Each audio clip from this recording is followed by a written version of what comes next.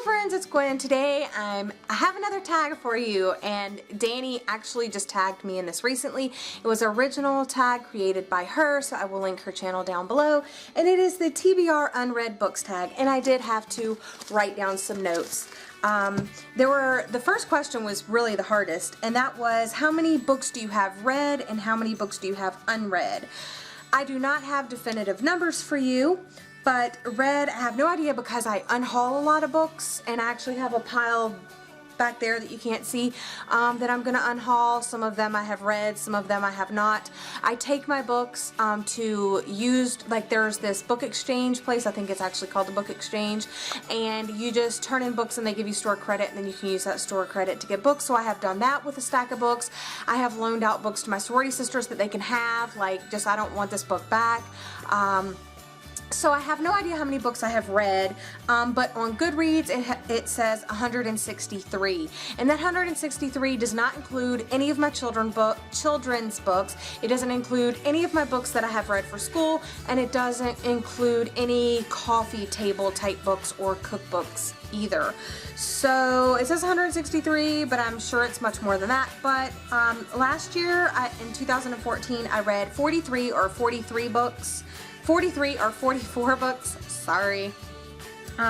This year so far I have read 36 books, and that is not including my current read, which is Silent Alarm, which the author sent me, and I'm so excited about it. It's really good so far. I'm on page 69, so yeah. So I didn't include that in my books read so far because I haven't read it. So those are some numbers for you for read books. Unread books, I have 5 books, 5 or 6,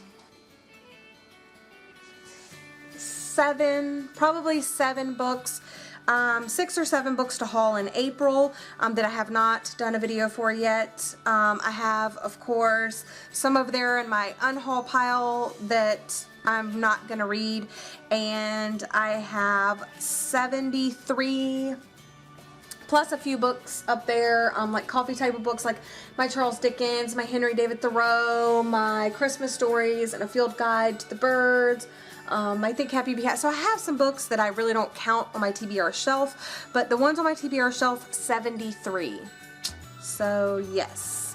Okay, so that was the first question, the number of read and the number of unread. So sorry it was a lot of numbers and figures that I was throwing out, but I don't have just one single number for that. The second question was unread the longest. What book has been on my shelf that has been unread the longest? And that would be this, A Thousand Splendid Suns by Khalid, however you say his name, I'm sorry. You can tell this book is old because of the Target sticker on it. It's totally changed.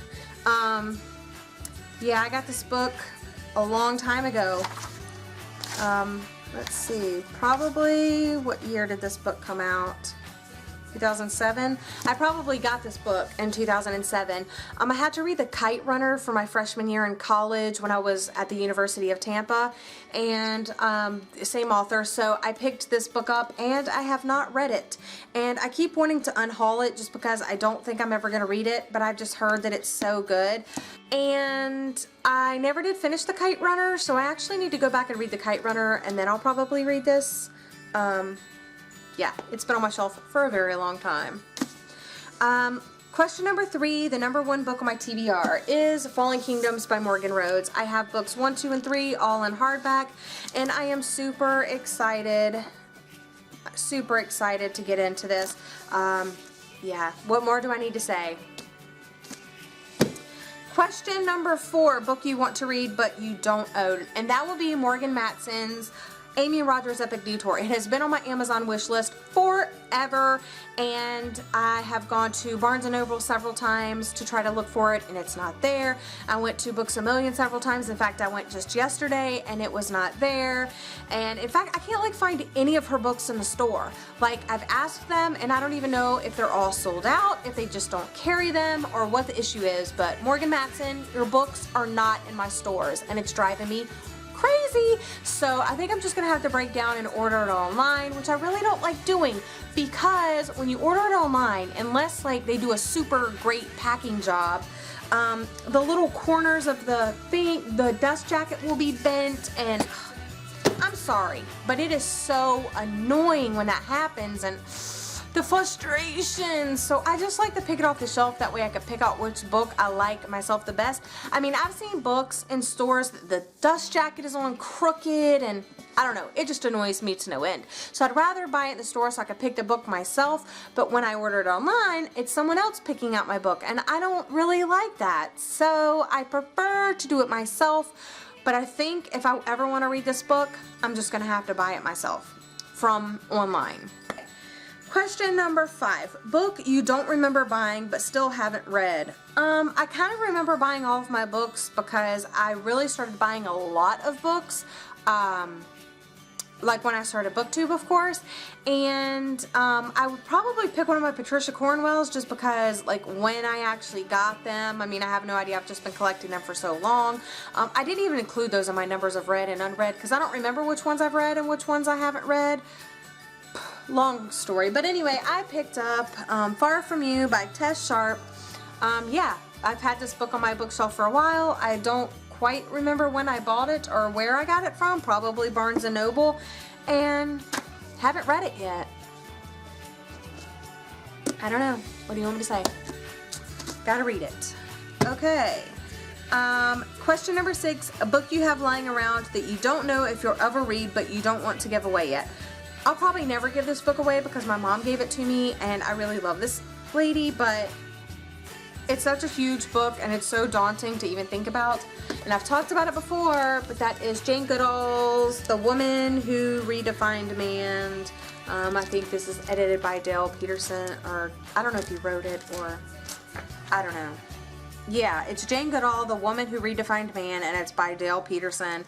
And right now, I mean, I started it before, like I said, I'm still on page 19, chapter 2, but I'll probably have to go back and read chapter 1.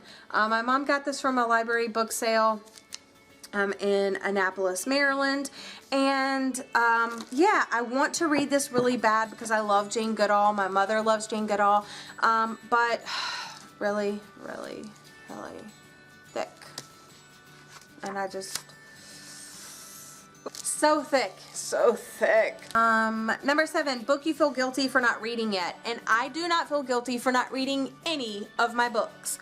But I do feel guilty for not reading 50 Shades of Grey yet and books 2 and 3. And the only reason I feel guilty is because I borrowed these from my sorority sister and I still have them and have not read them. So I feel guilty for borrowing books of my sorority sisters that I haven't read yet, but I don't feel guilty for not having read it yet.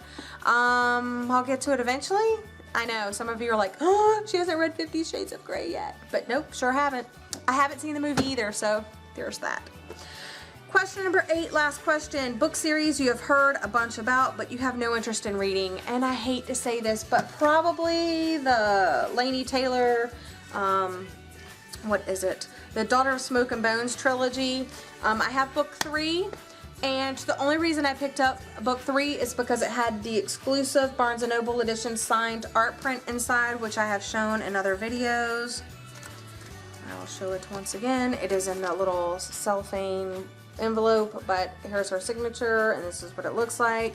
It's really awesome. I'd like to get it framed, but yeah, I haven't obviously read this book series yet. Why? Because I don't have books 1 and 2, and book 2 I can find in hard copy, but I can only find book 1 in paperback, and I'm not all about that life. So I may just keep this one forever and just keep it because I do love the covers and they're big chunky books. So I mean, maybe I'll read them one day. I just don't know if I'll read them anytime soon. I've heard that they're amazing, but they're just big chunky books, and as you've seen from question number 1, I have several books on my TBR. I did include this in my TBR though, just like I included the Jane Goodall book, because it is on my TBR shelf, but yeah. So anyway, that's it for this tag. Thank you for tagging me, Danny. The last thing is to tag people, and she tagged a lot of the people that I normally tag. So I don't know who I'm going to tag yet, but I will think of somebody.